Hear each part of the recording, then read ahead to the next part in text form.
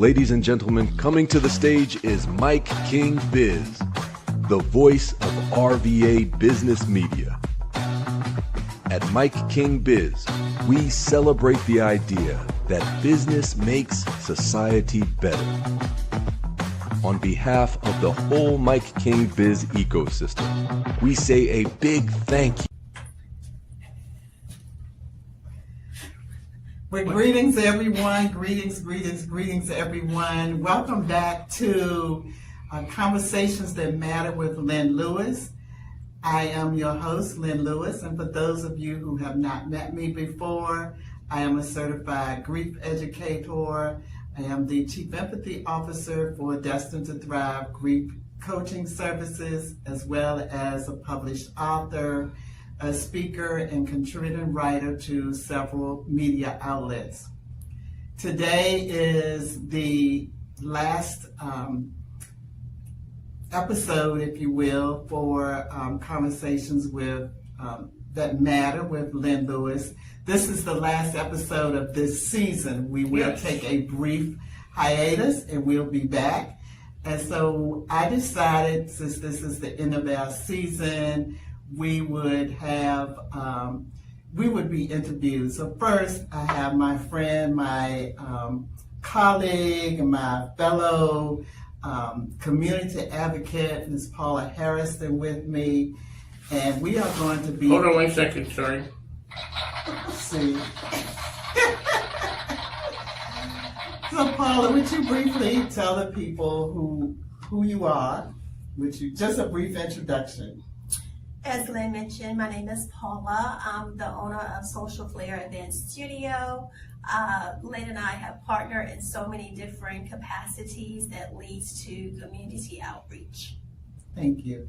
And so as I was starting to say, for this particular episode, and as a way to say thank you to Mike King and the Carr Federal Credit Union, just to say thank you, I've asked him to interview Paula and me. So the legend himself, Mr. Mike King, will be leading our questions, our interview today. Thank you, Mike, so much for this opportunity. It has certainly been a great opportunity to be a part of the crew, and I look forward to being back at some point. Okay, so we can start now? So we can start now. So when I met you, what did I say that you said something to me that I had never heard before?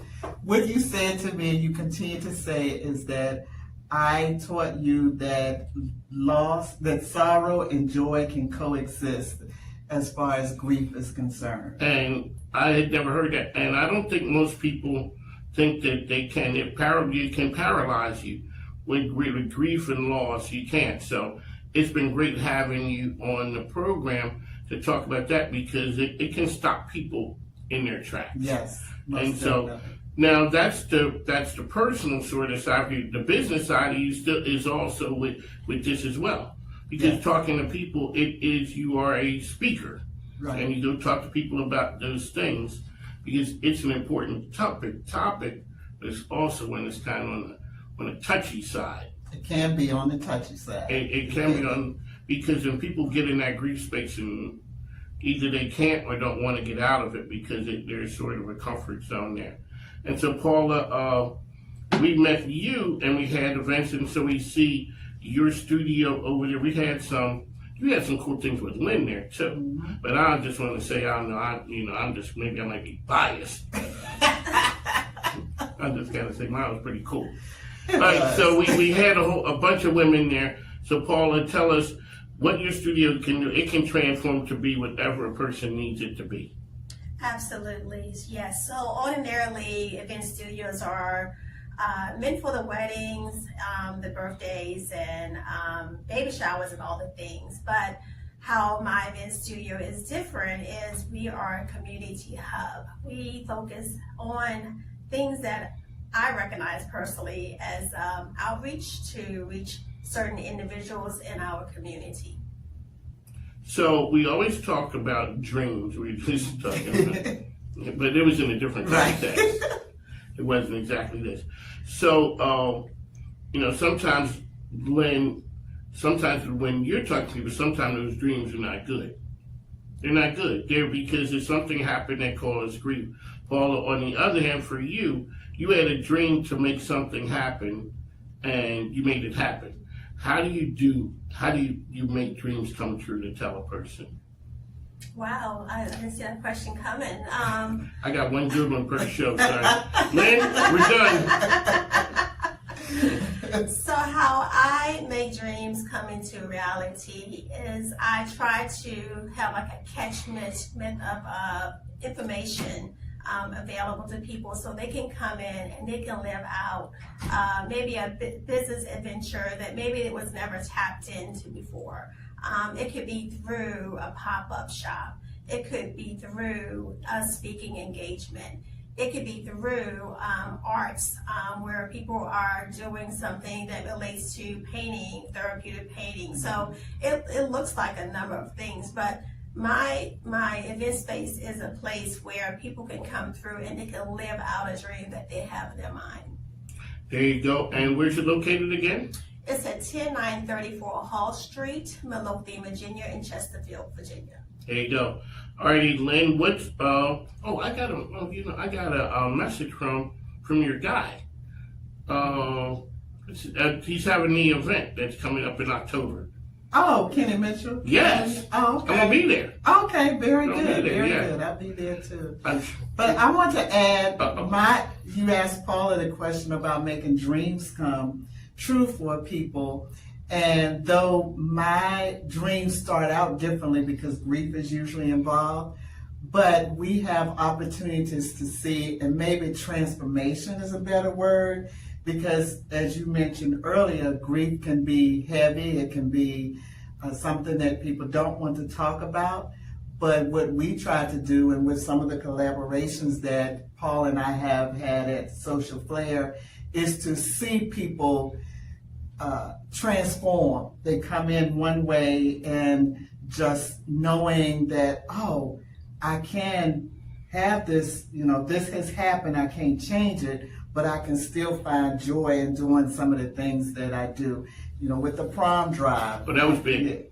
The prom drive was really big. Yes, I've had this happen. Maybe my parent or whomever is not here, but I can still, have nice things and go to the prom. So, we still help people with recognizing dreams and transformations as well. One of the things, it's confusing, and this is to a grief educator. This whole thing about, and when you did the posting, you had the conversation about Mother's Day. Mm-hmm. Like, how do you survive Mother's Day? But then your husband was on talking about how do you survive Father's Day? Mm-hmm. What happens? Like, how do you, all right, and so folks, so here's one, Mr. Keith Lewis is here. Oh, well, there's the cameras over here.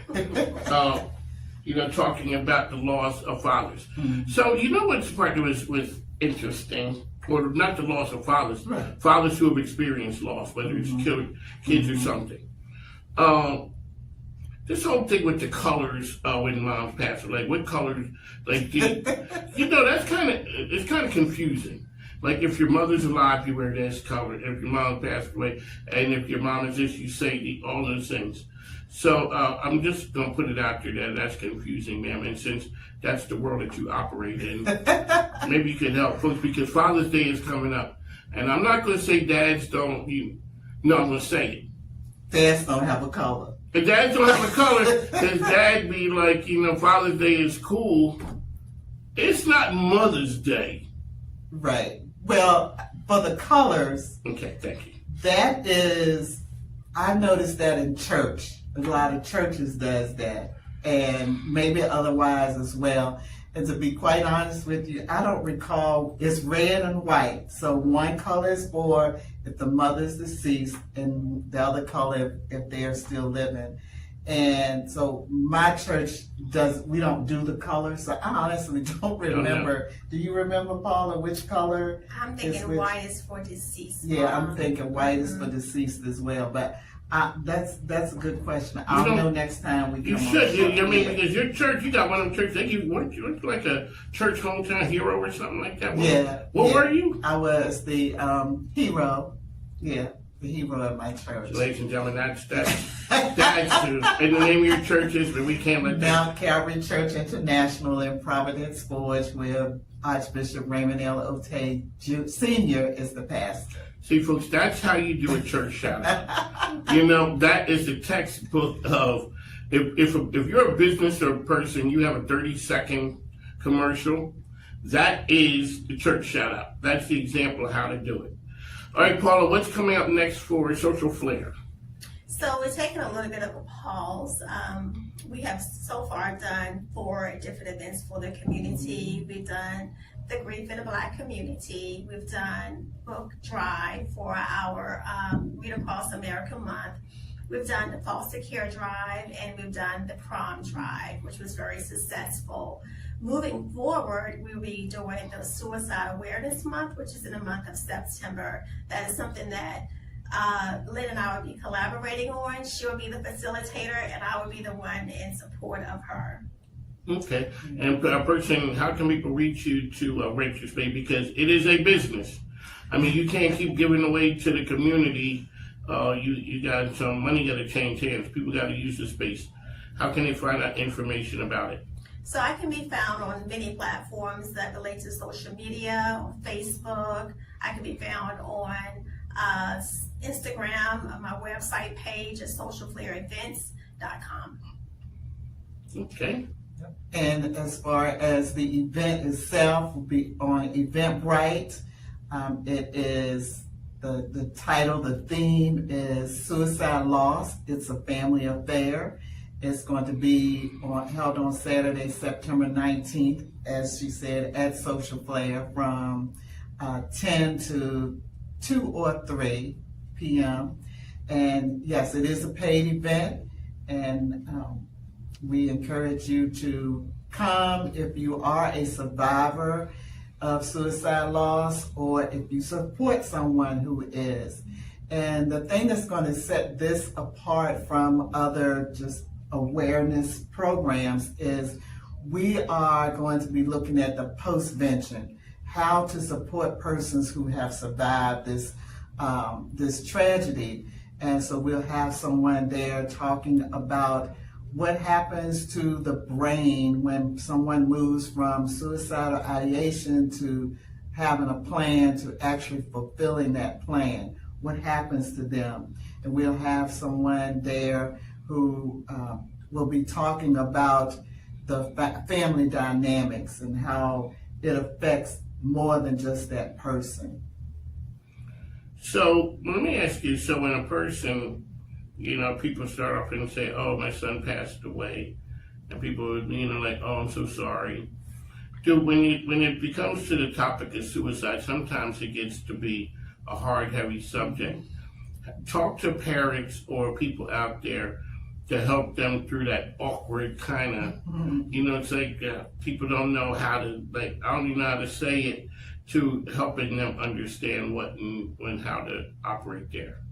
So first of all, as you've alluded to, it can be a heavy, uncomfortable subject. And the first thing I'll say to across the board, it is not, it's not nice to ask people how someone passed away, period. If someone volunteers and say that what happened, it's okay. But if you don't know, don't let that be the first thing that pops out of your mouth. But for the survivor of suicide loss, if someone asks you what happened to your person and you don't want to say, you can simply say, I don't want to talk about that. And be okay with, I don't want to talk about that right now. And the same can be for any type of death. If it was cancer, if it was chronic kidney failure, that's not something I want to talk about. As a survivor, you have rights. Exercise your rights. So that is a period, not a comma. A period, not a comma. Period. It's kind of like it could be an exclamation point too. It can be an exclamation It's over. point. Yeah, we're not going down. Yeah. And I've had a few people say, I don't have a problem now saying that my son died by suicide, but I have had a few people to say, well, how? Really? And yes, and I said that's not something Yeah, to talk about. But people do. We are curious. We want to know so we can go tell, so that we can have that information.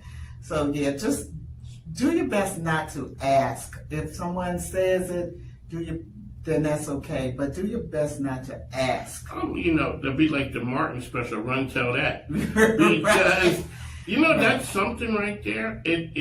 To ask something like that is just like unbelievable. Like you would ask, I don't want to know.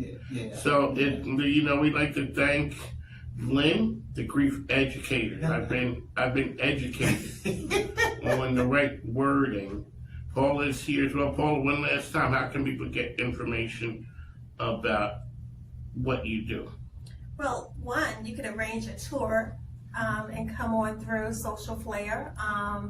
And the location is 10934 Hall Street. You can reach out to me on Instagram. You can reach out to me through Facebook or either my website. I do have some summer specials coming up. And so I want you to be aware that you can come through and arrange your next pop-up shop if you choose to do that, or your next speaking engagement. Just because I'm not hosting any particular event right now doesn't mean that you cannot host your own. One of the things I want to say is we did have an event there, and I've seen the other events that they put on. It's a great place, and it can be transformed into what you want to do. But Paula, remember that? Oh, who was standing on the chair? Emmanuel, and you're like, would you please? The lady's blood pressure's going up. He's like, I gotta get this shot. No, sir. You were gonna get off of that chair. But that was. I turned into Mama Bird. Exactly. And you know what? You got about a half a second to get off that chair. We start tussling up in here. You reinforced it though. It's like, I think you better get I think because I'm looking at the age, and I'm like, I'm not gonna say it, but if you're 17, you fall, you probably be okay. Right. At your age, it would not be a good thing. Yeah. If you're my age, I know it's not a good thing. But I'm just going to say, he was going for my glass chairs, my clear chairs. Which Those is like, no. Those are chairs that I'm scared to sit in anyway. I'm like, is this chair going to be good? But I tell you what, we had a great time there. The place looked phenomenal.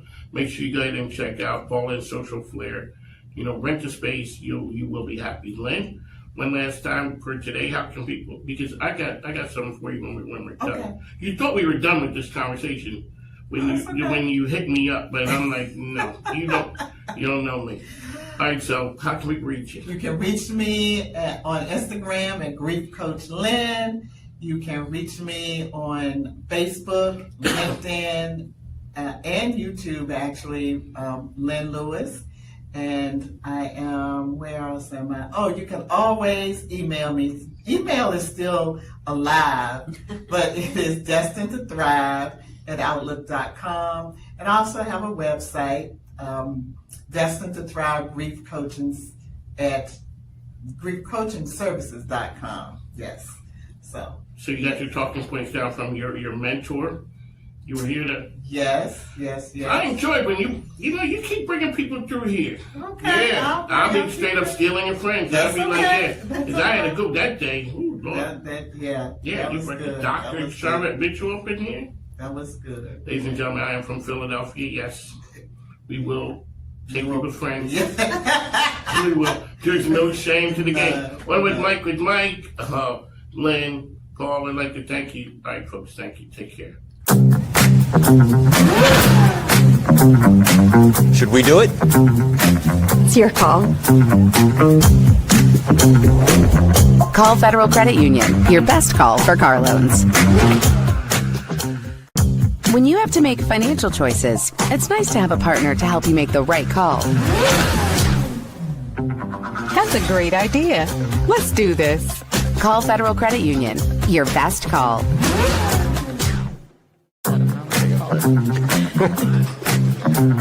Credit or debit? It's your call. Call Federal Credit Union, your best call for free checking.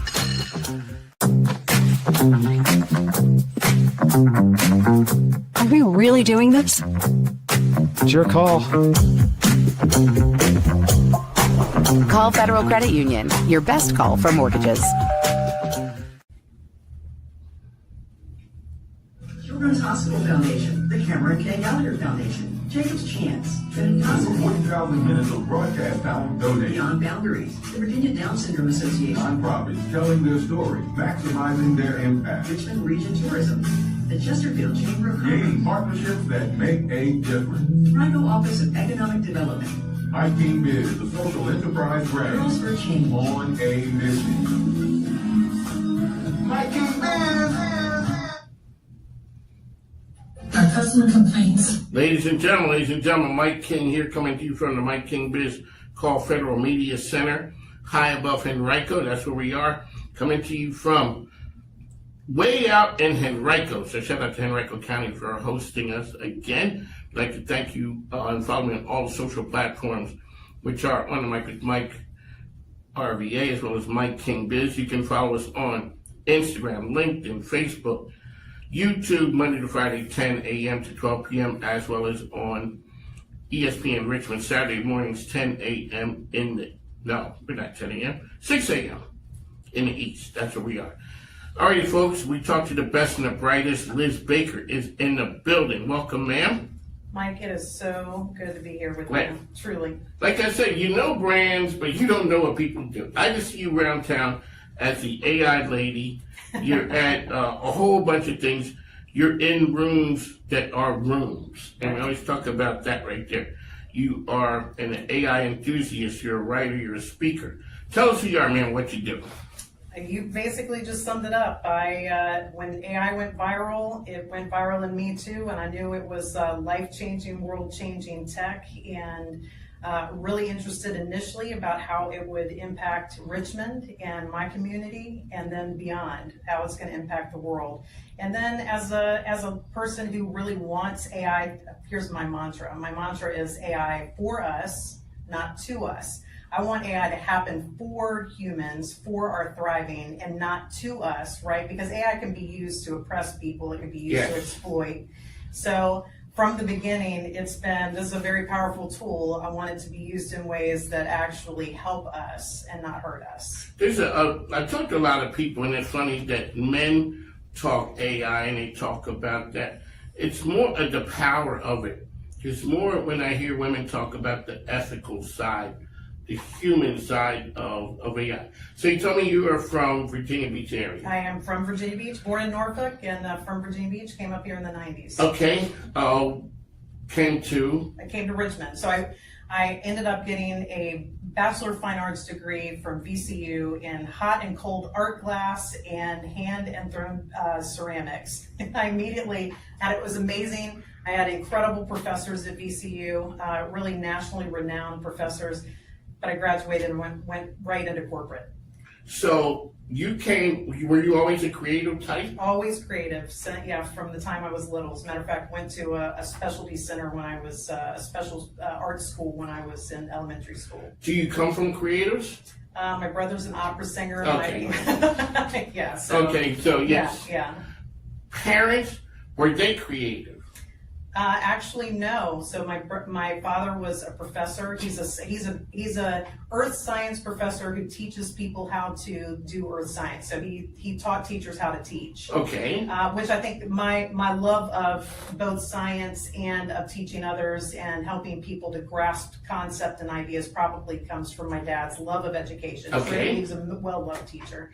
And then my mom we call her Thor Thunderhammer. She is, she's a beast of a woman. She's in the best way. She's just a real servant-hearted person and a real strong leader. So I'm sure I got some of that. One of the things, so my youngest son is creative. Right. When you're not creative, you guys are hard to deal with. So true. Because we want you to sort of fit. Right. And whether it is dance moves, calligraphy pens, cutting up clothes, singing, performing, all those things. And as a parent, we just kind of Try to keep it. Yes. I think I would have been creative, but my dad kind of put the squash on me. With, like we did back in the... What do you think you're doing here, though? You're building. You are absolutely a creator. I see you as a creator. My sister told me, and we're almost 14 years apart, she goes, you turned into dad. Because my father was a character that people knew, and everybody, so my sons and wife looks at me now, this is a whole different me, this whole media, Mike, and all those things. So I see you wrote a book. I did. And as a creator, do you know when things are done? Like you wrote the book, and here's the book. AI thinking model, and this is specifically about using AI to actually build the capacity of critical thinking while you're using it. And as far as the creative process of creating it, I actually used my art school background. There's a concept of what's called overpainting, where you can have a brilliant piece of art that you've created, that you've poured your heart into, and you're like, yeah, well, what if I do this one last thing? Oh, so there is an actual term for that. That is called overpainting, and it applies to everything that you can do. You can get analysis paralysis over your art, over anything. You have a product you're doing, you spend too much time thinking about it, you don't ship it, and sometimes you can even ruin it, right? So you can actually have something that's really good, and then you like that next stroke that you put on it, you actually ruin the piece. Because I ask people, when do you know it's done? Some people say when the person picks it up, where I can't mess with it anymore. Right. So with the whole writing, how long did it take you to write the book? All right. So the frameworks in the book I've been working on. I've been working on them since I started using AI. And then I created something called the AI thinking model over the last year and a half. And then to actually pull everything together with the help of AI, as far as getting my thoughts together as editor, helping me get it onto Amazon, it took me about 3 months. And I shut down my life. Seriously, I stopped going to, you said I'm in the rooms? Yes. I stopped being in the rooms for a while because the only way I could get it over the finish line was to say no to so much other so that I could focus my time specifically on it. One of the things that when we talk about AI or the power of technology, it's overwhelming. So I used to, being in the Army, I had a German sister-in-law. And when she came to the States, even though she had seen the PXs where you go to the commissary, you go to buy, it's not like coming to the States and seeing American Excess. Right. And she was like, wow, this is a lot. So it can scare people. One of the things that people don't use technology for is, I'm not going in there, period. And then I might stick my toe in there, and I just get used to my feet dangling there a little bit, as opposed to how can this framework help me solve this big problem with the critical thinking. It can help me develop those ideas. It can help me develop an action plan, and it can help me implement that. Absolutely. But I'm totally scared because it seems overwhelming.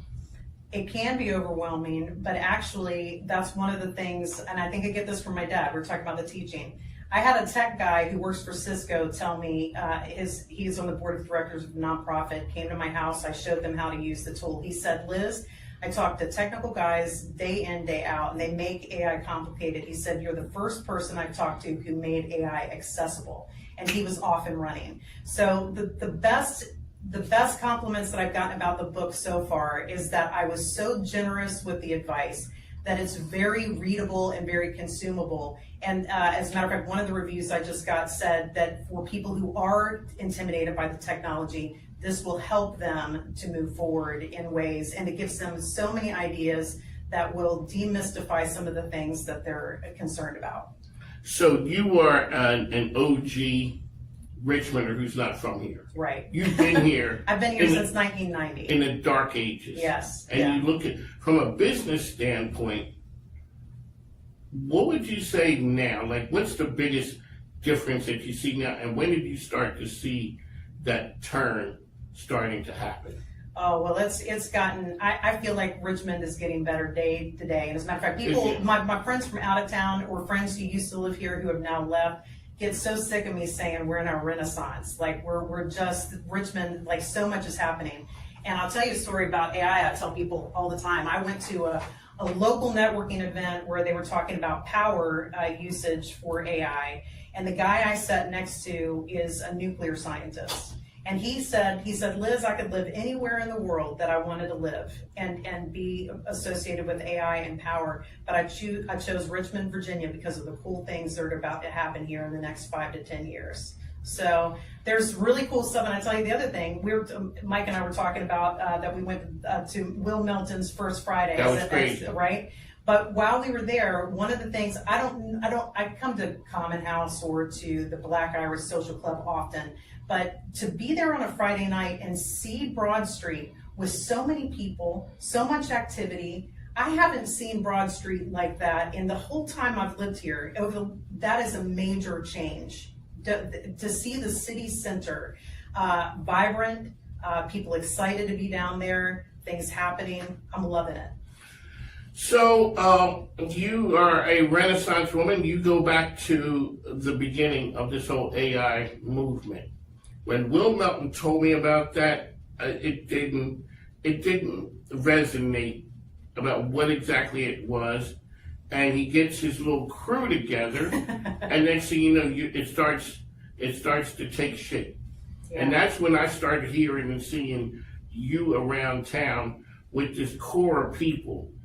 And it says, we're going to make Richmond the AI capital. Right. And that one, people say things all the time, and some people are open to hyperbole. Right. Right. And things don't happen. But you start to see this. Talk about that in the early days, before everybody got on board and saying this AI ready thing is really something. The early days, it was the core of you guys. Well, we just knew it. As I said before, the first time I tried AI, I knew. I knew that was life-changing tech. I had been in corporate tech optimization for decades before that. I was an optimizer of stuff, and so when I tried it for the first time, I knew that this was something special, that it was something different. And when I heard Will Melton's name and that he had talked to Mark Warner. Do you know the origin story? Yes. Yeah, that he had talked to Mark Warner, and Mark Warner had said, "Is your city AI's coming? Is your city ready for it?" And Will Melton was like, "No, it's not." So he came back and started that. I heard his name. I attended a call.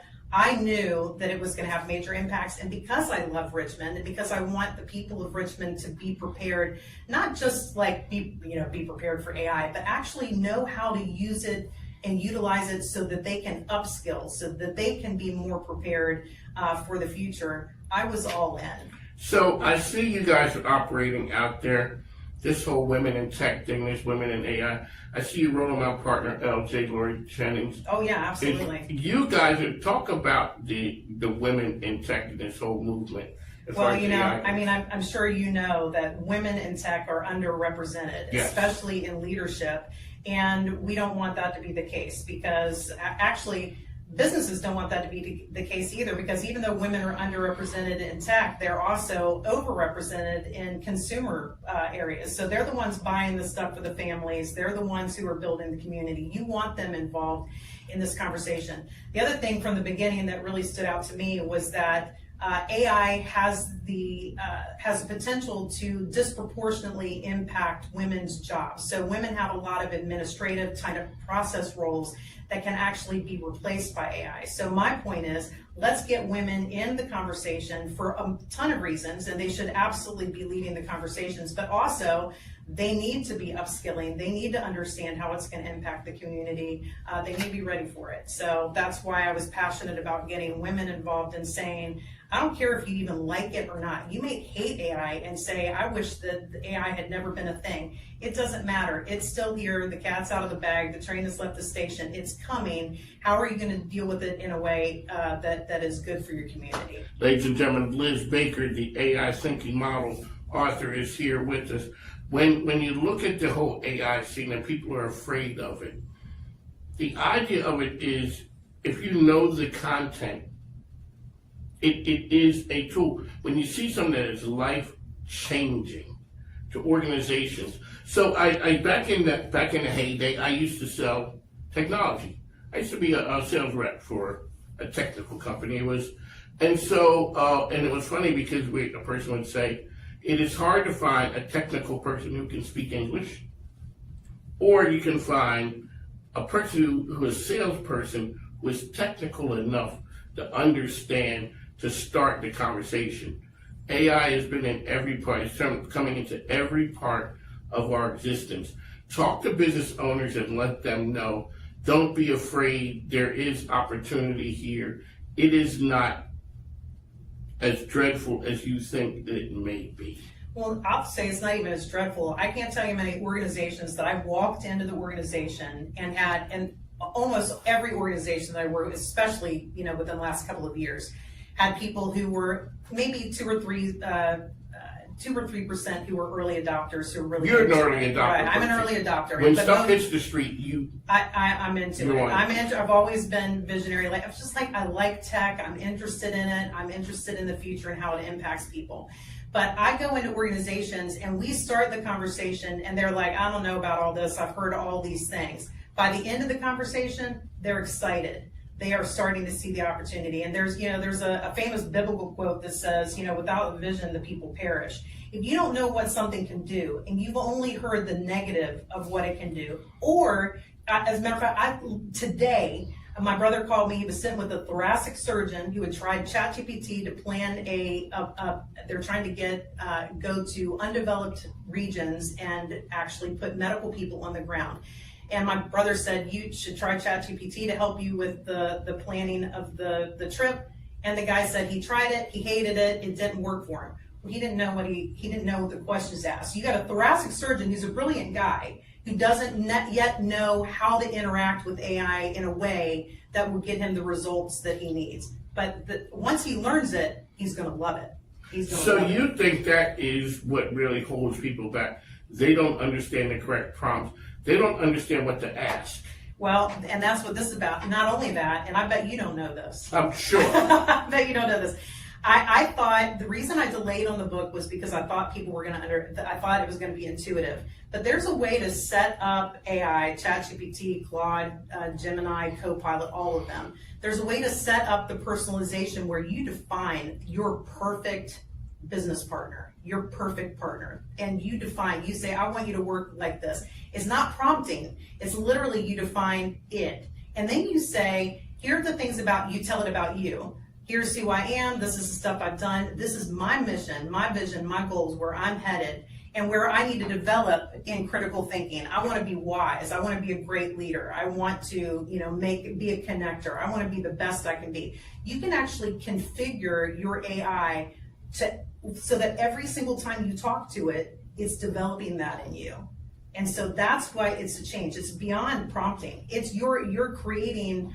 I don't know. You a movie guy? Yes. Are you? You like Marvel movies? You've seen any of those seen in the Marvel? I've seen Interstellar? Yes. Seen his Star Trek stuff? Yes. You ever watch Star Trek? I was more Star Trek than Star Wars. Okay, so the same here. Same. So Data, Data is yes. AI. Who don't want a Data who can help you? Or in Interstellar, you saw Interstellar? Mm-hmm. TARS is the AI that helps humanity. TARS is it's the little weird. Walks crazy. Yeah.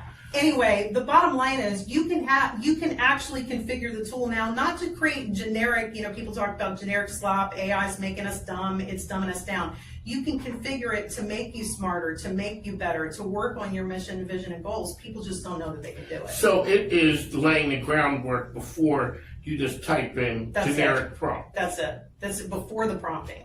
Because that way it can help you get to where you want to be. So back in the day, I used to sell technology, and there was a line that the techies kind of didn't want the salespeople to cross because, I guess they wanted to keep the intelligence level high. Right. And they didn't get it. So initially when I meet Liz, I'm going to march you down to the tech people. And we're just going to go down there. And when I would meet with the tech people, they would talk about, these are the bits and bytes. I talk to bits and bytes people.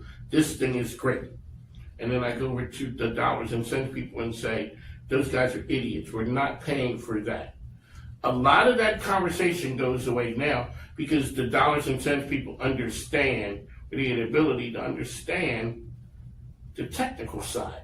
Because now we've helped it speak English. So Liz walks in and says, if you implement this, or if you look at it this way, don't worry about the prompt. Well, yeah, and as a matter of fact, I've met with multiple organizations this year who had AI pilots, right, where they had a certain group of people who tested it in their organization for a year and didn't get any return on investment. So the dollar people are not happy. No, they're not happy. The leadership is not happy about it. I come in and I say, well, did you do this? Did you know you could do this? Did you talk it to this? What they've been doing is just giving their people some prompts and saying, go at it. They haven't been using it strategically. Once I show them how to use it, this is legit. Like, I'm not, because everybody says, hey, everybody says I can transform your organization. I go in and I say, have you been doing this? No, this was turned off. We didn't even know that was something that we should be doing. So once they start seeing strategically how to use it, then you start saying, I can transform my entire workforce using this. So if you have every single person on your workforce, your salesperson, make me the best salesperson ever. So AI literally knows I'm a salesperson. I want to be the best salesperson ever. I'm going to put my quotas in there, what I'm trying to do. It can actually help you to work on that. So if you have every person on your team, from the CEO to your admins, the salespeople, everybody in between, where AI is helping them move forward to be the best that they can be, then you're starting to do things with your organization that you've never been able to do before. And you get rid of some of the administrative work that has been slogging you down. So Liz Baker here, dropping nuggets of knowledge with us. So now, the name of your company is Nimbology. Nimbology. Yeah. What's an engagement look like when Liz shows up? So I start with the executives first, and the reason I start with the executives is because a lot of people with AI have said that this is a technical thing. Of course, right? Give it to we're the tech team. Give it to the nerds down there. Right, but this is not. This is transformational from everybody, from the CEO to the admin. So what I do is I meet with the executives first, and I said, did you know that it could do this? Do you know how it can be configured? Did you know that your people could be using it this way? And they don't. They don't. They don't. And so all of a sudden the light bulb comes on and they start to see, now I see where their ROI could be. Now I see where the potential is. So I start with the executives. Then we move into training two different things. Either training the leaders, right? So for instance, a school, you might actually want all of the staff and the faculty to know how to do it, so that when they're teaching their students, it's part of what they're doing. In another organization, like a CPA firm here that I met with locally, we did some lunch and learns, and I'm going to actually follow up with one of their leaders this week. What's sticking? What's not sticking? I prefer relationship because AI is moving so fast. I want them to get the basics. I want them to see how it can transform their people. And again, that's really important too. It's not just about productivity. It's about making their people better. It's about not eliminating workforce, but actually augmenting the workforce with AI so that they can do cooler things, so that we can solve some of the world's greatest problems with our organizations, not just this zero-sum game where we're eliminating our employees so that AI is doing all the work for us. When you go and you start talking to an organization, there's something that's going to come up that's a problem. It may be right now, or if you know it, what is the one thing that you think is glaring as a problem right now for businesses? As a problem for AI, or as a problem just in general? In general, that AI can play a part in solving. Well, I think actually the problem in general is that they have been using AI to solve problems that maybe it shouldn't be used, and they're overlooking the fact that they can upskill their employees now and actually get the ROI on it. The reason I say that is because you know that in every organization, shareholders and boards, there's so much pressure on the organizations. What are you doing with AI? How are you using this? Are you using it in good ways? Is it actually giving us return on the investment? So, a lot of times they're like a deer in the headlights. They don't know exactly what they're doing. They're putting it towards projects that really aren't having a good return on investment. So ironically, AI can help them solve their AI problems as well. it can be the problem, but it also can help be the solution. It can be the solution, absolutely. There you go, Liz Baker here with us on the mic. Ma'am, how can people find you out there? Well, I have a website. It's called the AIthinkingmodel.com. And if you go there, there's actually, you know me, you know I'm honest about this, no strings attached. And when I say it's no strings attached, I mean no strings attached. There is a configuration tool that can help them to configure their AI in a way that's more strategic. Just like we were talking about earlier, tell it how you want it to act, tell it about you. So that can actually walk them through. There's a link to Amazon where my book is, and of course they can contact me directly through that site if they have additional questions or concerns. People want information about AI Ready. If they want at AIReadyRVA.com, they can go there. There's so much information. I'm a member. I highly encourage people to, especially Richmonders, obviously, to invest, become a member, give a little bit of money to help with AI literacy, not just for you, but for the entire community. I say from grannies and grandpas to students, everybody in between needs to know how to use it in great ways. At the last party, Will Willis had said to make, do you want Richmond to be the Silicon Valley of the East? And he said, no, we want it to be Silicon Valley to be the Richmond of the West. Right. And when you look at that right there, to go from the time when you guys are having those conversations to where AI Ready has come in a little bit of time, it's amazing. Absolutely, incredible. Well, because people know it's life-changing. They know it's changing their industries. And again, that cohort model we've got where you can, if you're in project management, meet with project managers and see how AI is changing your industry. If you're in finance, meet with other finance people and see how it's changed your industry. And so that, that cohort model and meeting quarterly is allowing not too much moss to grow between the meetings too. AI is moving too fast to meet, every now and then. We have to keep it going. There you go, Liz Baker. We'd like to Close your eyes, let whispers unfold, a story untold, magic astounds. Lost in wonder, let your mind soar, where dreams take flight. At Jani-King, we get it. You need a reliable cleaning partner you can trust. With Jani-King, you're partnering with local business owners backed by over 55 years of expertise. Call or visit JaniKing.com today. This is the night that 10 years, 15, 20 years, you're going to be looking back and saying, I was here.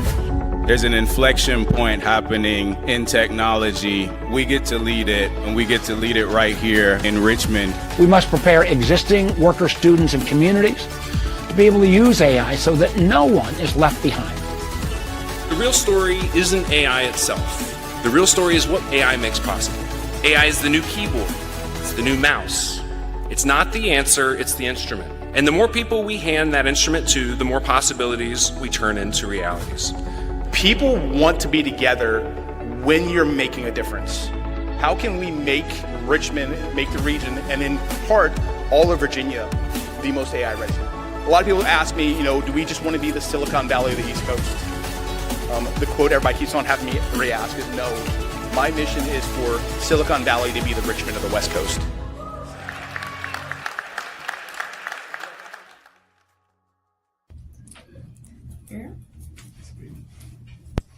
Children's Hospital Foundation, the Cameron K. Gallagher Foundation, Jacob's Chance, Trinity Over Hospital, 40,000 minutes of broadcast time donated. Beyond Boundaries, the Virginia Down Syndrome Association, Nonprofits telling their story, maximizing their impact. Richmond Region Tourism, the Chesterfield Chamber of Creating Commerce, partnerships that make a difference. Rico Office of Economic Development, Mike King Biz, the social enterprise brand. Girls for Change, On a mission. Mike King Biz. Ladies and gentlemen, welcome back to On the Mic with Mike King here, coming to you from the Mike King Biz Call Federal Credit Union Media Center, high above Henrico. Yes, we are coming to you once again. We got my man, Officer Alex, in the building. So he's taking time out from keeping us safe to come in here to talk about a program that's really near and dear, Splash Smart Henrico. Welcome to the program, sir. Thank you very much, Mike. I appreciate you taking the time to interview us today. All right, so tell us who you are and what you do. Well, clearly we see what kind of what you do. But Yeah. So, Officer Bivens, I'm here with the Henrico Police Department. My regular job assignment is just working the road. I just work patrols, respond to calls, do traffic stops, all the fun stuff with police work. You're a people person. How long have you been a police officer? It's been about 13 years now. You always wanted to be one? No, not necessarily, but always a law enforcement route. I'll say that. Okay, so what did you want to be when you were younger? So when I was younger, I had my eye still in the FBI. Oh. Yeah, going federal, and that didn't happen. Some things changed in life, and Henrico Police they treated me great. 13 years. 13. So talk to people really quickly. We're going to get into the other stuff, but I got you here now. And talk about the career for younger people that law enforcement can offer to you. Yeah, for sure. Well, I'll start by saying I'm not one of our recruiters, so they could probably articulate it a lot better. But you got 13 years. You can tell us what the real deal is. Oh, yeah, for sure. So really a lot of people get into the profession to give back. People want to give back to the community. Maybe they grew up in a rough area or something like that, and they want to see things better for their community. So that's what I'll tell younger people is like, hey, if you want to be the change, if you want to make the difference, this is a step along the way. You can get out there, you can make a difference, you can make an impact. And also kind of see, what really happens, I guess, maybe behind the scenes for a lot of people, because a lot of people just don't know the job's actually like. No, they don't. They see it on the worst day. And you're like, before we had officer in here, said you're in the people business. Yeah. You're, more than everything else, all the glamour stuff that we see on TV. Right. You're in the people business. You can sort of make a situation. So we're here talking about water safety. You say you're a swimmer. Yes. You kind of look like the Michael Phelps kind of body there. I appreciate that. So it does. He's got a few seconds on me, but I could probably compete. Well, ladies and gentlemen, when a person tells you they don't dispute it, they know what time it is. So you were nice in the pool. When did you realize you were good with the swimming thing? I had to be a little kid. I've always loved the water. Okay, so we're talking water safety. Something happened in Henrico. There's always something. Please tell us, like the people, to be safe around water. People always shortcutting. They're always telling us as a kid, stop running or get out the pool. It's all those things that we're just like, okay. But please tell us about water safety. Yeah, so there's really a lot to water safety at the same time, not a lot. If I had to boil it down to one singular thing, it's just have a buddy with you if you're a good swimmer, just somebody with you in case something happens. And if you have kids around, especially ones that don't know how to swim, you want to make sure that you're close to them and have an eye on them. So, water safety is important, but there's very simple things like that we can do. As well as just having life-saving devices around or knowing at least the basis of how to do CPR. That's going to be basic life-saving stuff that could potentially save a life if acted upon, if you know how to do that. What part does the police play in this? So, unfortunately for us, when it comes to water safety, typically we're the responders, the first responders there. So when something happens, we get the call along with fire, and sometimes they get there quicker than us. Sometimes we can get there quicker than them. Either way, we're both going to show up. We know CPR. Most of us know how to swim, so we might be able to jump in and grab somebody if we need to. Ideally, we would like to just prevent that altogether. That is true, because we're in something happens, we call 911, call the police. It's a swimming pool. It is a dog in a tree. I don't know about the dog, the cat in a tree thing. And do they really still do that? I don't think so. We grew up with that one. You're right about that one. Yeah, we grew up with that one. That there was always, and they called the fire department or the police to help them. Okay, Sorry, sir. The cat will get down the same way it got up there. Exactly. We'll just leave and just go ahead. I'm sure he does not need to be rescued. Yeah, little Johnny made. That is true. Little Johnny's up the tree. But you know what? He got up there. He can get down. He can get down, yes. It may be a terrifying scene to watch him. That is true. He would just let him come down. All right, sir. Let's talk about the event. It is Splash Smart Henrico. What is that? And the date of the event is July 18th. Yes. All right, and it's over at Eastern Henrico at the Rec Center. It is, yes, sir. So at the Rec Center. So a little bit about this event. Essentially, last year, we noticed an uptick, unfortunately, in water-related deaths, especially in kids. Really, Virginia Department of Health tracks this thing, and so there were 12 deaths of kids 0 to 5. And believe it or not, it's actually the leading cause of death in kids 0 to 5 years old is water-related or drowning deaths. And so when we saw the uptick, particularly in Henrico, but also just the Metro Richmond area, we realized that something needed to be done. And we didn't know exactly what that looked like, but we figured if we could get community awareness around just general water safety, pool safety, things like that, well, maybe we can make a difference. And so that's where it is we're just trying to get ahead of the issue before it happens, before it continues to be a problem. And I think by talking about it and by really, this event itself, we're going to have people teaching CPR or demonstrate CPR. Okay. So not only do we get ahead of it, but we kind of cover every aspect. Like, all right, so let's just say, God forbid this happens. What do we do now? There we go. Officer Alex is here with us. So for folks who you probably can't see it, but we got the talent in the room right here. So we're going to talk to folks from The Wire here, folks from Henrico County, clearly the police department. We have two rock star of our young folks they're from a program called I Present. And that is a public speaking course that they have put on by my good friend Reba Hollingsworth. And they're gonna do some interviews as well, because when you get talent in the room, we got to let folks talk to them. So thank you, sir. Appreciate it. Yes, thank you. Alrighty, so who is next? We're going to go with Henrico County. Okay. Very cool. That's all. Welcome to the program. Hey, how are you? Oh, you got that happy energy. You always have it? I am always happy. I am, my entire job is about being out in the community. So this is how I present all the time. So, and I'm a little country, so add that together. Where can you go wrong, right? Why did I figure you were from New York City? Oh, geez. No, exactly. So what part of the country are you from?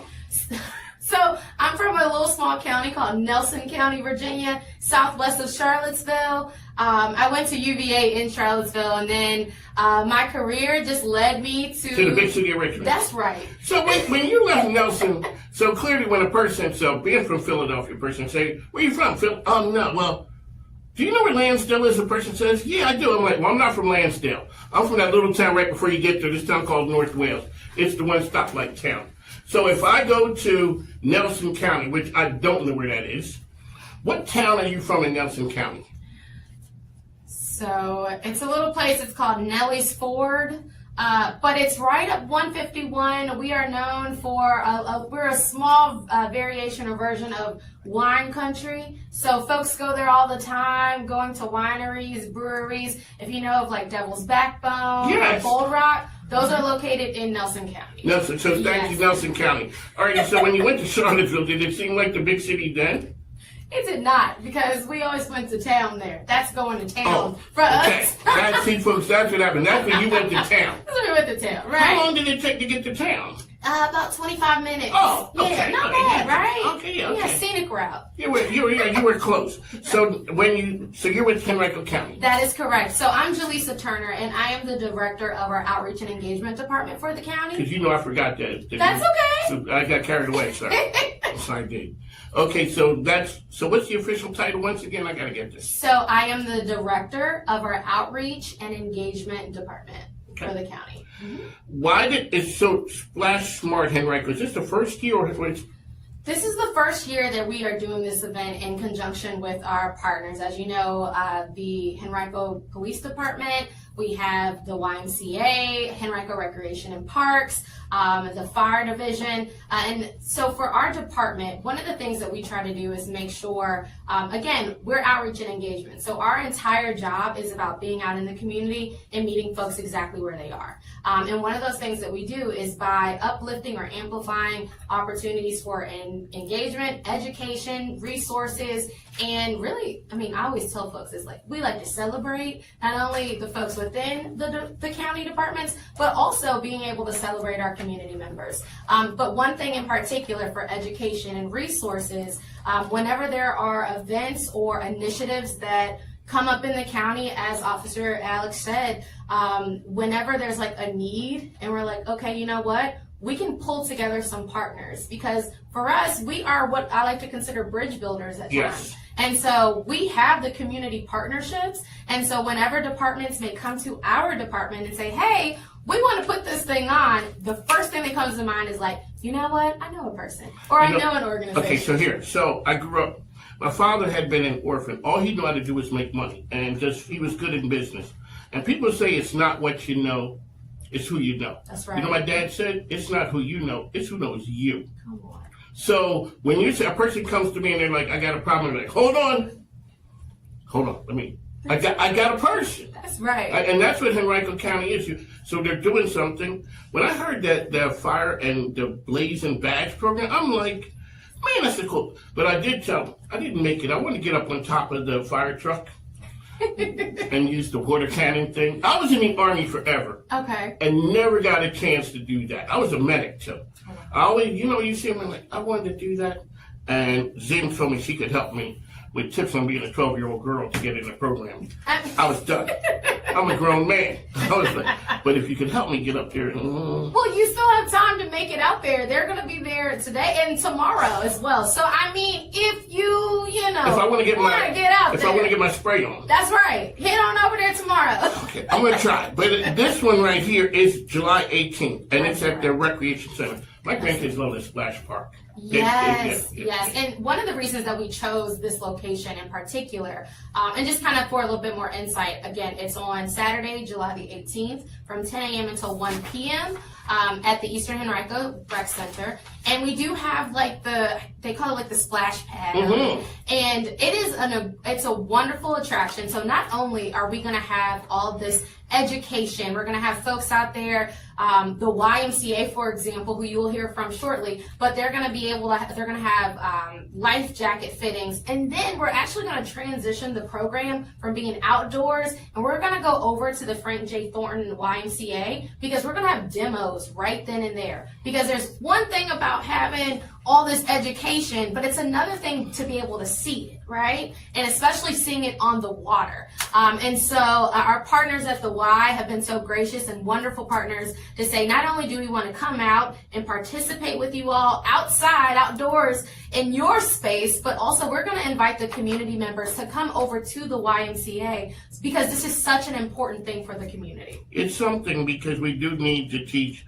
water safety, because when we hear something, we just stop for a second and think, wow, that could have been prevented. And, it's the education piece. So thank you. We're going to hear from the lady from the YMCA. Thank you. Absolutely. We're going to bottle that enthusiasm. I need that one right there. All right, folks, on the Mike ESPN Richmond, Saturday, 6 a.m. That's where we're coming to you from, the Mike King Biz. So YMCA's in the house. And she came with pamphlets and a booklet. She is prepared. Yes, she is. All righty, ma'am, tell us who you are. I am Chrissy Vandell, the Executive Director of Preventing Drowning at the YMCA of Greater Richmond. That's some serious. Yes. Okay, yes. Preventing drowning. Because when we hear that, it just stops us in our tracks. It does, because it's almost like it could have been prevented, and all this things. So tell us about the program. You brought something with you. Yeah, so we are really, at the YMCA, part of our strategic plan is preventing drowning. No child, no adult should ever have a drowning event, and yet half of our human population globally just does not know how to swim or have the life skills to be able to perform a self-rescue should they accidentally fall into water that is considered deep for the individual. And so if you're looking at a body of water and it's, 3 feet deep, you might not think that's deep as an adult, but if it is chest level on the individual or greater, that's deep water for the person. So you're just a regular ray of sunshine, ma'am. Really? It is just so important, though, that we provide education. And that is what the Splash Smart Henrico event is aimed to do. We want to bring community together and help people understand that water is really a safe and fun place if you know all of the important barriers and layers of protection. So when you talked about that, of the height of the water, when in the Army, we did a water safety type thing. There was one guy, he had to be 6 feet tall. And we were in like 3 feet of water, and he got in there, he started struggling and fell down. And so just stand up. Yeah. But when you get into that moment, if you're not trained, you start doing all the wrong things. Yeah, it can be very disorienting if you're not experienced and you haven't had the exposure. And that is something that we are aiming to do. We want people to have exposure, we want people to have access, and that is part of the programming that we do at the YMCA. We want to make sure swimming lessons are available to everyone. We just wrapped up our Safety Around Water Week. This was our second year where we provide free swimming lessons during that week to members of our community. We want everybody to have the opportunity to learn. Beyond that, we also offer financial support and assistance so that finances should never be a barrier to learning. the YMCA is always doing some amazing things, so shout out and kudos to you guys. I saw that Jay-Z said he learned how to swim with the mere fact that if his kid fell in, you can't live with yourself with, I'm standing there without being able to help. So what can people expect the day of the event? So the event is going to be a ton of fun. It's going to be a blast. We will be out with our community partners, Henrico County. YMCA is going to have some fun coloring books with lots of water safety information and swag in there. We'll be doing life jacket fittings. And then really excited, from 12 to 1, we'll transition over to the Frank J. Thornton YMCA Aquatic Center to do some demos on what to do should someone accidentally fall into water. We will talk a little bit about lifeguarding and what that is, because there is a national shortage of lifeguards and aquatic professionals. And so we want to get people interested in maybe starting that as a profession. It's a really great opportunity for young people, for retirees, for individuals of all ages to be able to give back to their community and also keep people safe. And then we're hoping to do a little bit of a life jacket safety demo and a couple of in and outs of our inflatable raft and our sit on top kayaks in the pool too. It's gonna be fun. That's the fun part. Yeah. There you go. July 18th, 10 to 1, Eastern Henrico and the YMCA. That's right. It's a joint venture between the two folks. So, folks, make sure you go ahead and get out and support them. It is amazing when they come in the house. Deborah Cox, I'd like to thank her for making it happen. Because until you showed up in my life, ma'am, I didn't have a clue that all this went on. And, so talk about all the great things happening in Henrico. We'll talk to you soon. You're going to see, we're going to hear some more about the YMCA, but it's not going to be with me. We got some teenagers in the house who are going to talk YMCA. So on the Mike ESPN Richmond, Mike King Biz. Bryan and Stratton College has been making an impact for over 170 years. I'm so excited that our new location puts us closer to employers, makes us more accessible, and allows us to design a campus that is student-centered and meets the needs of our employer partners. So the question is around location and how this happened.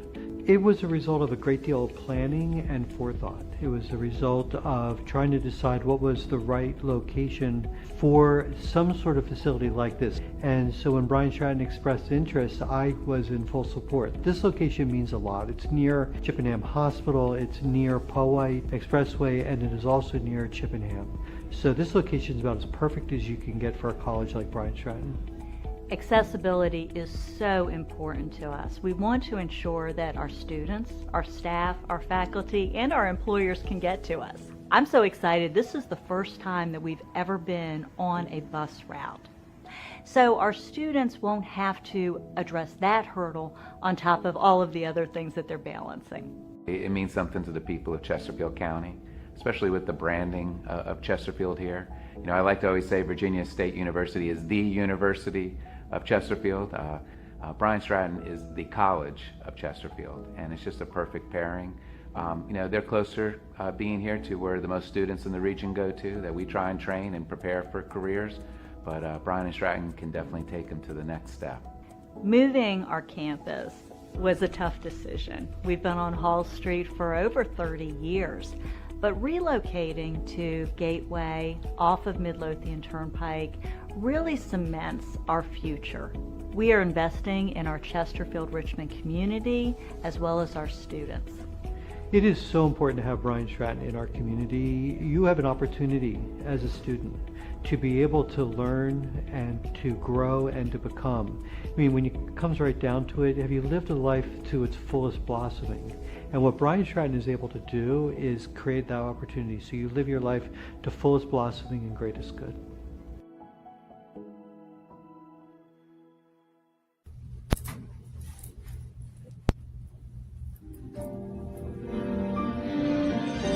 Mike King Biz, on the mic with Mike, Richmond's premier business radio platform.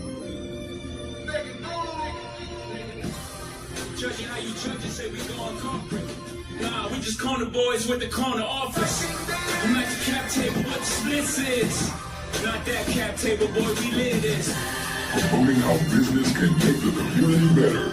No one does it better than Mike King Biz. On the mic with Mike. Check it out.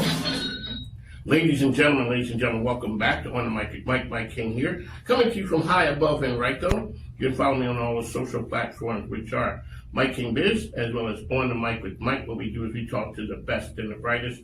We're the premier business program around. You can follow us every day, 10 a.m., 12 p.m., LinkedIn, Facebook, Instagram, as well as on ESPN Richmond Saturday morning, 6 to 7 a.m. You know what happened? Our good friend says there's this team group doing some amazing things. You know, we bring in the best and the brightest. Ladies, welcome. Okay, now come on, we're not having that. we need the voice that you guys generally roll with. So tell us who you are, and then why are we here? So tell us your names. Oh, I'm Team Vivian. Team Vivian. I'm Team Deidre. Okay, and how old are you? I'm 16. Okay. I'm 15. All right, and what school do you go to? I go to Life Christian Academy. Okay. Monica High School. What's the best thing about Life Christian? The people. Okay. Best thing about Monica? The diversity. You could find a little bit of everybody everywhere. Okay. All right, so why are we here? Hold on 1 second. So 1 second here. You guys are part of an amazing group. Hold on 1 second. Do you remember I talked about my granddaughter? This is one of my ESPN Richmond. We're going to give you some props here 1 second. So you're going to tell me the name of your group 1 second.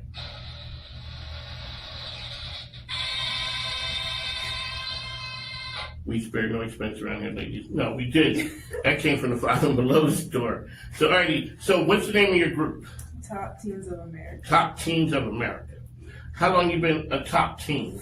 This will be our second going into 30 years. Okay. And I'd never heard of it, but you said it is about service. Yes. Okay. Let's talk about how many people are in the group? 15. Our chapter 15. In your chapter 15. And is it mostly from right around Richmond area? It's Central Virginia. Central Virginia. Okay, but it's nationwide. Yes. And it started where? Texas. There you go. You guys know all that good stuff. Okay. All righty. What's the best thing about being in top teams?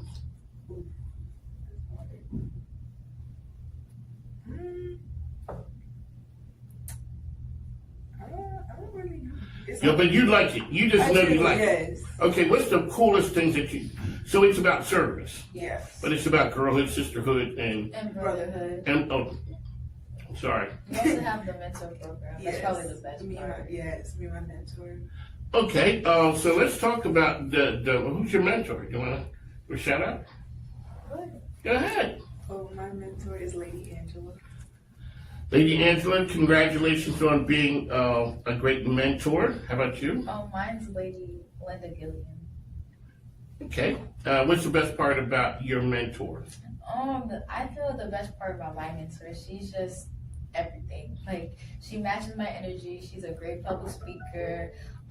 She's in Alpha Kappa Alpha sorority. So she's just everywhere. She does everything. And her network is just amazing. So she gets me to know people that I wouldn't know anyways.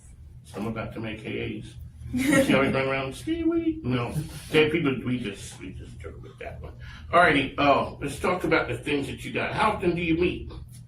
Once a month. Okay, and what do you do at the meetings? We discuss business within the chapter, area, national. Because you guys have your office holders, correct? Yes. Okay, so let's talk. Why are you smiling like that? Okay, so you're a politician? Did you get to run for that? You have to run. You also get appointed to the position. Okay, so who are you? I am the first vice president, but I am really soon, to be moving up to president. The president. We get to roll up in there like El Presidente is in the house. Okay, and are you the treasurer? I am chapter treasurer, area chaplain, and soon to be national chaplain. She do everything. Yeah, I know. She don't like to sit down. I can tell. She said her mentor matches her energy. She got the energy. You got the energy. Yeah, I can tell. Alrighty. The chaplain. I was in the Army, and I had friends who were chaplains. I was a medic. How do you get to be a chaplain? Well, first I felt cold to be chaplain. The position was open. I'm like, okay, I know God, I know Christ. Let me just see what happens. If it is for me, I get it. It's not, I don't. So I applied, I got accepted and appointed to the position. And that was for area chaplain. National chaplain, we were at our area conference. I was praying because one of the girls on the board got injured. So I was praying over her, and national chaplain came to me and said, "Hey, I want you to be on my board."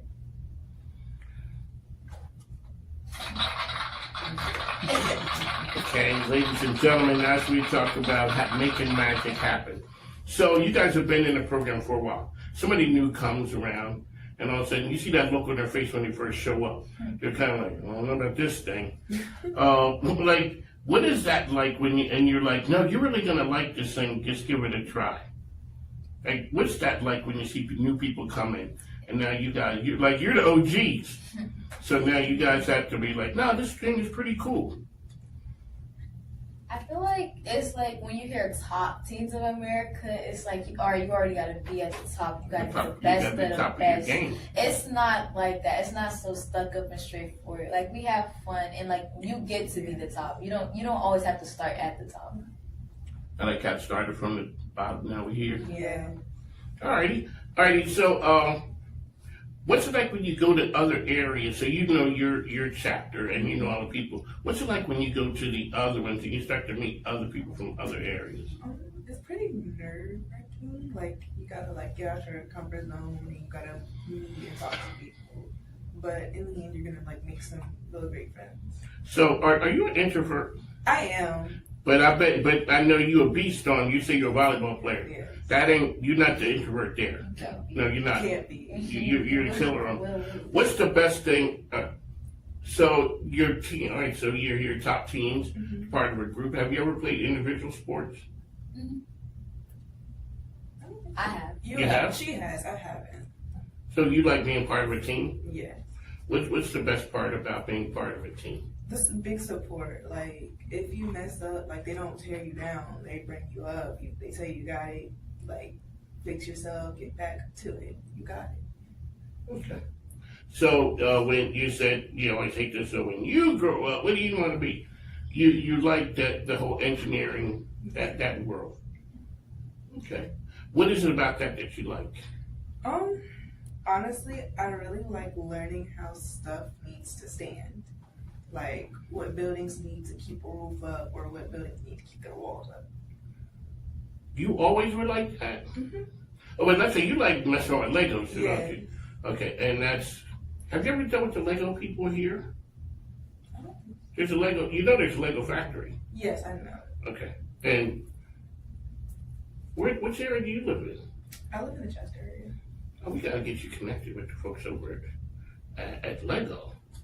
That's important to be able to. I never was that person, like the analytical kind. I could look at it and be like, I always wondered how, but you don't wonder. You can sort of look at something and sort of figure it out how and why. Yeah. Congratulations, ma'am.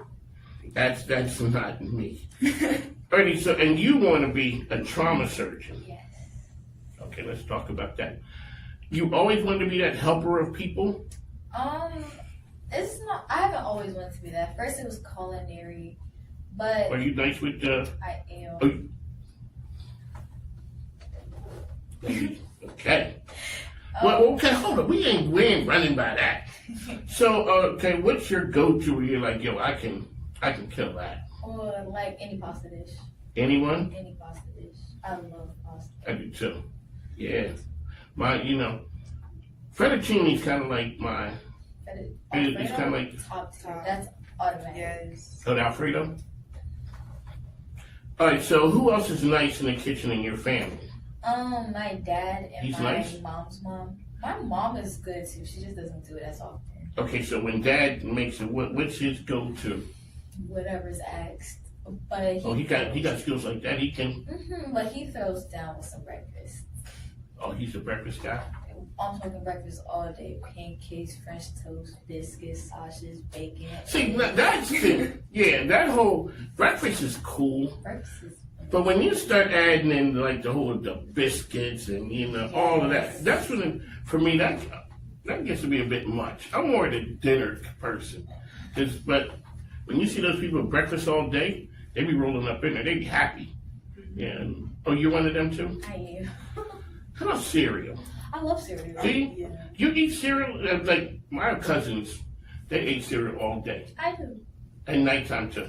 Well, I eat cereal breakfast time. I eat cereal, and either like 11 p.m. and later I eat cereal, but I don't eat it during other meal times. Okay. So how about, what else besides playing volleyball do you like to do? I mean, that's mostly it. What position you play? You play in the front line. I mean, yeah, I really play front line, but sometimes all over. Okay. College choices. It's. I know it's a stressful time. It is. You know, go in and look them, and you say you had some. Right. Okay, let's you got that smile. Okay, wait. Which one are you looking at so far? Hampton, Howard, A&T are my top 3. Okay. What was it about Hampton? I toured it, and the vibes and energy were just like big and bright, and like honestly, it's so close to my grandma's. It's like I can like go home, get a home cooked meal, Which is a good thing. Yeah, I could like walk there, honestly. Oh, really? Yeah, it's really close. Oh, yeah. And see, it's cool with grandma because grandma ain't gonna be showing up, really. Right, like, yeah. it's different. If it was mom and dad, you know, the people, they could just roll in there and be like, oh, grandma ain't doing that. No, but you could go to grandma's house. I could. Like, clean my clothes. Yes. That's good. Oh, yeah. That's very good. Okay, how about you? I'm looking, my top 3, of course, Hampton, Howard. I don't know that third slot. I don't know if I want to stay in state or out of state for that third slot. But it's just whoever's medical program is up there, top tier, the best of the best, that's where I'm going. Okay. Alrighty. What's new? What's coming up for top teams? Like, what do you guys have on the horizon? For our chapter, this Saturday, we have a program with the ladies, top ladies of distinction. And I know from a national perspective, we have Vivian Co. Leadership Academy, which I will be attending. It's from June 24th to June 30th in Savannah, Georgia. And what is it again? Vivian Co. Leadership Academy. They take the top 25 teams of the nation and they bring them all together.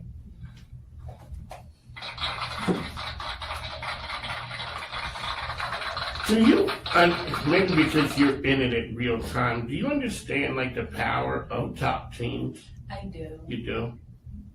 Yeah. I mean, because I always joke with people and I say to people, it's a lot of times people say, it's not what you know, it's who you know. I'm like, my dad was like, nope, it's who knows you. When you walk into a room, it gives you the ability, and part of that comes with the confidence of being around people. You're picking your friends, you're picking your, like you pick a team. Like you're picking a volleyball team, you ain't picking a whole bunch of, sorry homie. That's where you pick your people as well. It's like you say, your network. It's about who knows you and who can open doors for you. Alrighty, ladies, how can people get in? Oh yeah, I forgot to ask you, favorite social media platform? Oh, TikTok. Why is everybody, okay. That's what I agree. It's like, why is everybody so in love with TikTok? It's not all the way there. I love TikTok. I can scroll on TikTok for hours. Yeah, I know. I'm scrolling. There's a guy over at over U of R. He had this program that stopped with, like, they call it the death scroll. And just like, to break you out of that right there. Because there's times I get started and you're trying to stop. And then there's that next thing. And that next thing. And that next thing. Oh, but you have a lot of followers? No. No. I mean, my accounts are mostly private, so. Okay. So because I'm in business, I always say, I asked a couple months ago, can you be an influencer with 8 likes, 2 follows, and 1 comment? And people laugh. I'm like, you can't if the right people see it. Yeah. It's not about a numbers game. It's about who sees it. So that is the tip for the day. You want to let people know how they can find out about Top Teams? You could go to the Top Teams website, and you could also follow the Instagram at TTA Central VA. And our website is tlodcentralva.org. Oh, you know that like that? Yeah. Okay, you guys have been you guys are media savvy with that. So you get that. All right, ladies and gentlemen, this has been On the Mic with Mike King here, coming to you from the Mike King Biz studio. What we do is we talk to the best and the brightest, always talking about people who are doing some amazing things. Like I said, you can follow me on the social platforms, which is On the Mic with Mike, as well as Mike King Biz. We'd like to thank you. Mike King Biz, the premier business media brand covering and connecting Central Virginia. It's home to Mike King Biz Radio, producer of On the Mic with Mike RVA, which airs on ESPN Richmond 106.1 FM and worldwide on IBGR.network. Follow Mike King Biz for the best business-ish content in RVA, the master connector and connection. We'd like to thank you for tuning in. On the Mic with Mike King Biz. Thanks now. Take care.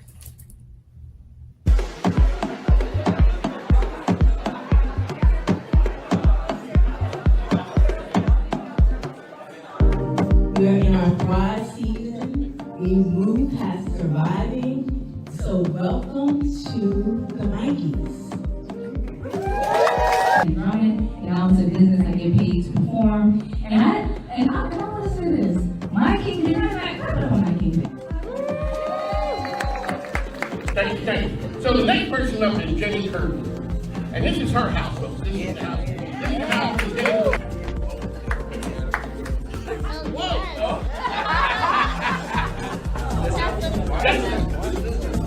Yeah, I'll just be brief, but again, But everyone can't be here because as you can see, time is ticking by. Day one, that I wanted to pour back into my community, even if I'm not from Richmond. So, thank you all for making me feel so welcome. Hey, for me to start you guys out there is, you have a child with medical conditions, your mental health, and this thing. This is one of the things. But what they do is like this right now.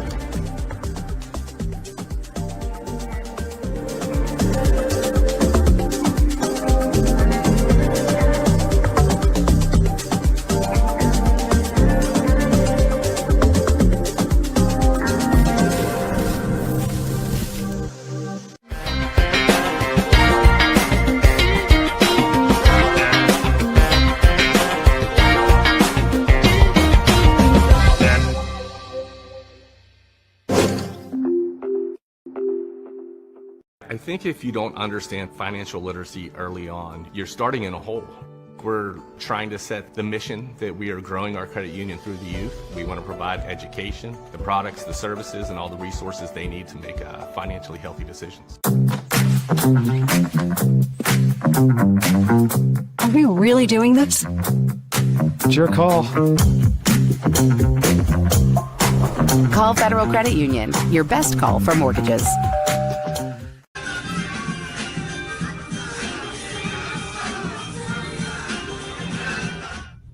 Ladies and gentlemen, welcome back to On the Mic with Mike King here, coming to you from the Mike King Biz Media Center, high above Henrico. That's where we're coming to you from. You can catch me daily on LinkedIn, Facebook, Instagram, the hottest business show in the area, 10 to 12 every day. That's where you find us. Alrighty, folks, what we do is this is a business show, but it's really business-ish. It's not the market. It's all the things that hold everything in place. It's the things that business helps society be better, and that's what we do. Part of the thing people always talk about, access to capital. Sometimes the capital are people. Yes. There's human capital. Monica Rao is here with the celebrated author and speaker. Welcome, ma'am. Thank you so much. Alrighty, so welcome to the program. Tell folks here what you do. Yes, hi everyone. So let's see. I probably should go back to where it all began.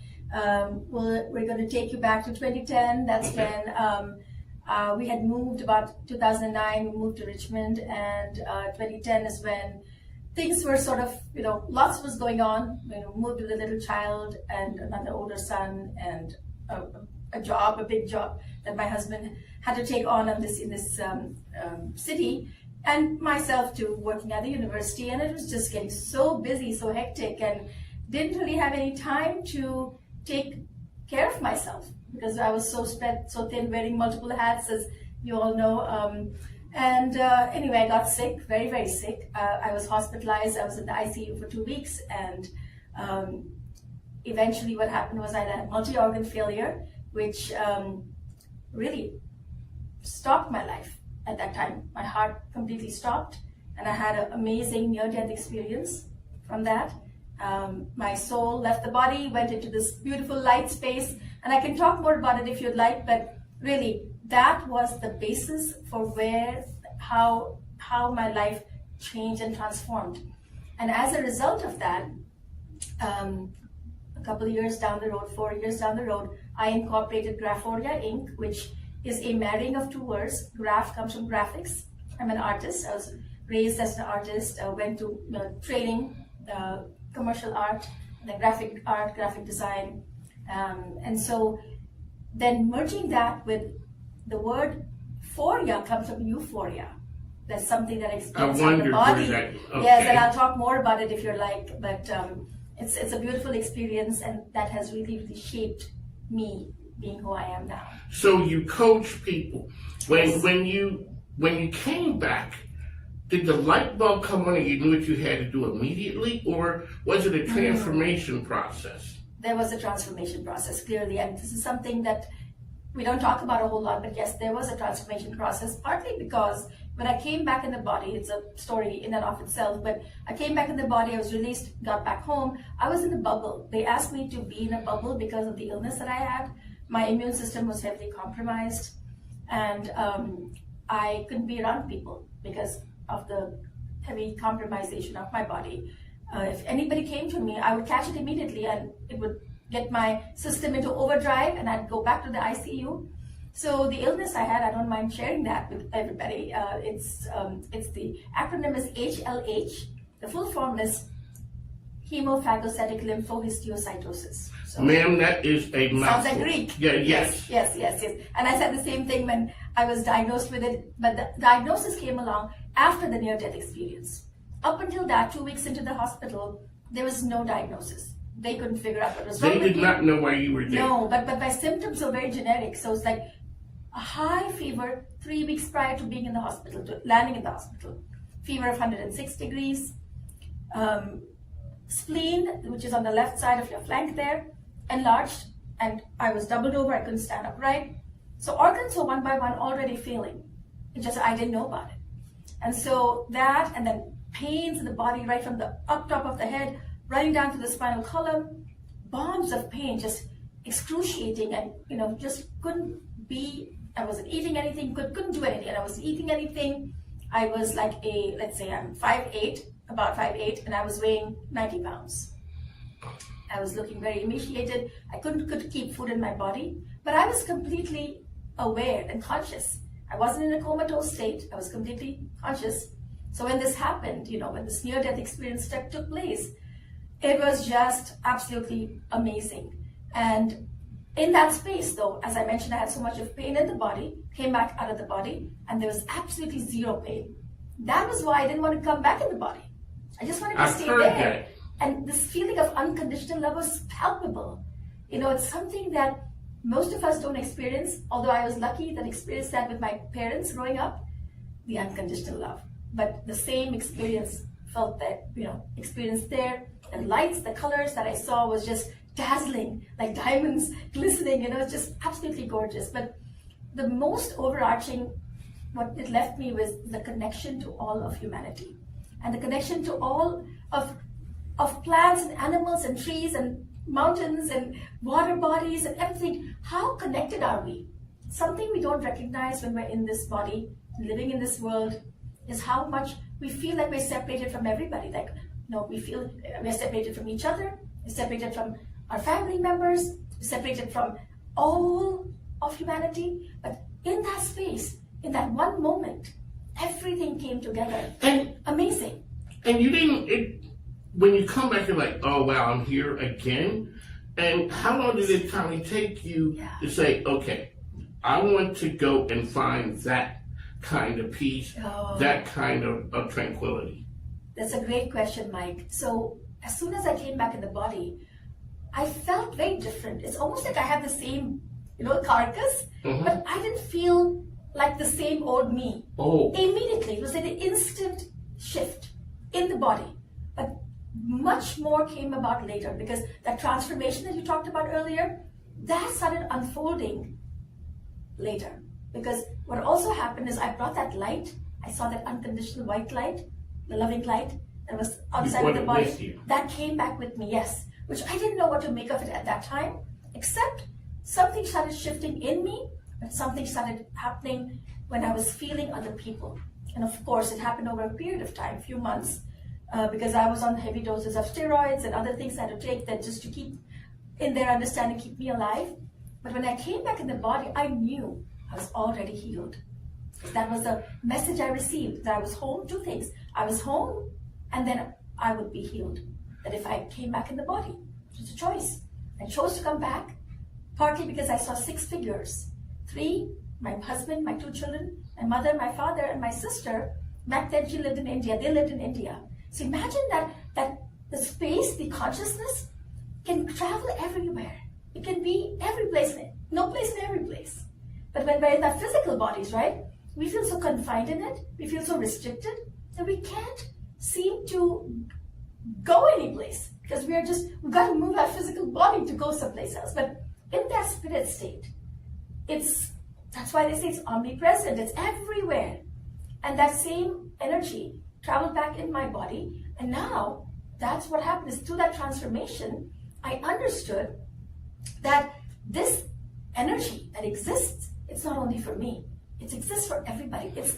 It's overarching energy that is around everybody. And so in my work, the business that came about in 2014, Graphoria, marrying of these two different words, graph from graphics and euphoria, these 2 words fused together is really about bringing people, CEOs, doesn't matter CEOs, kids, doesn't matter anybody, everybody can benefit from this work because it's about showing you who you are. But ma'am, it scares people. It does? It does sometimes because it's not something that people, they may know it, they may want to do it, but it's kind of like a fearful thing. That I'm going to I always ask people, who takes care of the caregiver? Who takes care of the caregiver? Because the caregiver will not stop. Yes. Because you're living your life at a certain pace, taking care of people, not knowing you're going down, but you still have the responsibilities of wife and mom and sister and daughter, all those things while you're continually trying to take care of other people. So maybe you hitting rock bottom becomes a place where this is where I have to be before I can start getting better because I don't even know why we're talking now because I should have recorded that stuff before. So the young Monica, you said you were given that name by your grandfather because you say you were intuitive. I was intuitive as a child and I was very fortunate because my parents were older, more wise, and they paid attention. When kids talk, when kids are, a lot of people, older people will say, oh, they're just making something up. But I grew up with that. Yes, you do, so you recognize that, right? Yeah. Unfortunately, that's what happens. But because the way I was raised, my parents paid attention to me and they listened. And I would say quite, things that are totally out of the logical understandings. I would say something like, this uncle's coming here, and they had no indication that he was, but he really was. And he'd show up and I'd say, see, I told you. And they'd say, yeah, right, So things like that. Or somebody would come home to our house and maybe an aunt, maybe an uncle, and intuitively I would feel their energy and I would know that they're sad, even though they're wearing a smile on their face. And I would tell my mother or my father, this aunt, this uncle, something is up. And they'd be like, but did you see they were smiling? And I'll say, yes, but something is deeper down. Can you ask? And because in India, growing up in India, they don't show this with kids, their sadness. They want you to be feeling happy all the time. So they won't share their sadness, but I could feel that. I didn't know though to the extent to which now I can, that and more. Now I have this ability thanks to the divine. It's the divine's energy that really shows it. It's not even my ability. It's the divine's ability to show me what is happening at a physical level, emotionally, mentally, spiritually, in the people that I work with. That they themselves may not even know. They themselves may not recognize. What are the blocks? we as a society, and we see that we each have blocks within ourselves. So it's all about you with you. Even though we are raised with thinking about, what does society want of us? We are always trying to live up to what our parents want of us, or Yes. our teachers want of us, or society wants of us, or the images that others create for us. Do we actually pay attention to what it is that we are here on this earth, the mission that we are here born with, that we can really fully understand and embrace? So how do people tap into that internal energy? Because one, it's kind of like a scary process. Okay, so you have a lot of history. You got the educated part here. This is my thing. Two women can sit down and conversate and really share their soul, and become lifelong friends over something. Men will not. Men have to do things hard. Because if not, we're gonna say, "Hey, how you doing, Bob?" He's gonna say, "I'm doing great." And he has 3 flat tires and a rim. He's doing horrible, but he will not let me see that he's feeling that way. So being in the Army, or whether it's the military, sports, whatever it is, we have to go through so that the guard is down and the real Mike can show. Because other than that, I'm going to say, I'm good. Women seem to be able to have the conversation, like a lady said, my husband is a fine gentleman, but he wears one hat, maybe 2. He can't. Women wear a lot of hats. Yes. All hats in there, just switching them out and doing all those things, whereas men, a lot of times, we're not. So you bring up a very important and interesting question, because you'll be surprised to know that the bulk of my clients are actually males. It's true. And this is the very reason that you just mentioned, that they won't open up and they cannot bare their soul with their or share their troubles with their spouses, because they have to maintain their composure and be tough and macho, they can't let that down, as you said, let the guard down. But they feel safe in this space, partly because I have the ability to kind of see what it is that they're going through. They may not be able to articulate it, but because we can see it, then they let their guard down and say, "Oh, you already know, and help me out of this space." Many of the times I'll have people come to me and say, "Don't tell XYZ, I'm showing that I'm coming to you," right? Because they don't want to be known that, Say, "Don't worry, it's all private, totally confidential." So, what's it like when the light bulb comes on? Because, all right, I'm showing up on your doorstep. I'm kind of skeptical. Okay. I don't know about this. You can do this. And then all of a sudden, you hear the same thing a number of times. And then all of a sudden, the light bulb will come on in me that something that you said makes sense. What's that feeling like for you? It's like something resonated, something I've said and it resonates in you. What it feels for me is this complete rush of energy in my body. So many times, a lot of people will have done so many different kinds of work, but this is something very unique with this particular work, is that there's energy transference. So energy moves from someplace. It's a divine energy. It comes from someplace. Anyway, in my case, it shows up from somewhere and it gushes like a cascading waterfall from my scalp. And it runs down. And as it's happening to me, it's happening to you, or it's vice versa. What's happening to you shows up in my space. So if it's resonating in you, right? It's that aha moment. It shows up in my space as in calm, quiet, and joy. As you are feeling that, the resonating energy in you shows up in me as in, he gets it, he's gotten it, this has made sense. So its heart is opened up. That's what it is. Most people live from their minds, and that's why the skepticism. You had that. You said that already. Skepticism comes from the mind. It's the ego that creates that skepticism. I don't believe in this. I don't trust in this.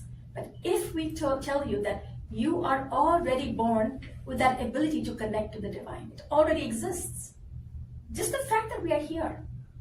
And what is missing now, what this work does in this work that I'm tasked to do, I'm just following guidance really. This is my mission in life, is to help each one of you find yourself. Who are you? Not find, remember.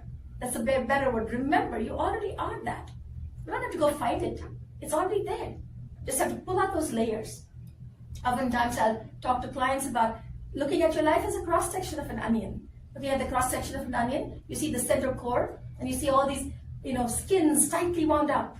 These skins in each one of you is about all of the conditionings, the beliefs that you've accumulated over time, how people have treated you, how you've experienced it, what have you held on to? We've all gone through all kinds of experiences. People treat us in different ways. These triggers, how these triggers manifest. How can we slowly work at removing those layers? We don't have to do it. You don't have to do it yourself. In my work, the divine does it. So we just lie down. It's almost like being in full trust with the divine. Being in full trust with the divine and letting go. Being like a patient on an operating table under anesthesia.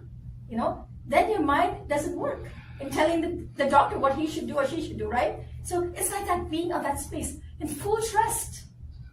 And that only comes when we are in our hearts, not when we are in the mind. The mind is always in that tussle mode. It's always that tug of war, push and pull, resistance, all exists. Fear, anxiety, judgments sits in the mind. My great grandmother used to say, faith and fear can't live in the same house. Mm-hmm. You can't. That's true. But there's also a thing, I met a lady not too long ago, and all right, so folks, hey, Monica Rao is here with us. Very quickly, how can people find information about what you do? Oh, the easiest way is through my website, but I can also share my email address if that helps. Yes. So it's Graphoria, again, GRAPHORIA @graphoria.com. So that's one way. Other way is go to the website, please. You can go to www.graphoria.com and you'll see my email address there. And I would love to hear from everybody. If this has resonated, would love to hear from you too. If you would like to share any, thoughts you have or anything I can help you with, more than happy to work with you. So your name is Monica. Explain and give our listeners your name by your grandfather and what that meant in your culture. Yes, so this is an interesting story, and I've shared this umpteen numbers of times with so many people. So in our culture, especially, it depends. It's different in every part of India, but specifically within my own family structure, our grandfather, so my mother's father, he had this psychic abilities. He already had that. And all of his kids, my mother's siblings and their children, some of them were given names by my grandfather. And so what happens is what happens is that my grandfather would say something like, for this particular child born on this particular day, based on the way the configuration of the stars are, the way the stars are interacting, this particular sound is what the name is optimal for this particular child. So for me it was M. So of course my parents came up with 5 or 6 different M names. They're all Indian sounding. Monica is also an Indian name, by the way, but these were even more Indian sounding. And so they handed it off to my grandfather, my mother's dad. And he said, all of these are good. This one, he picked one name. It's like a modification of my name. It's Monica, which means, it's in a mythical sense, it's the diamond on the snake's head.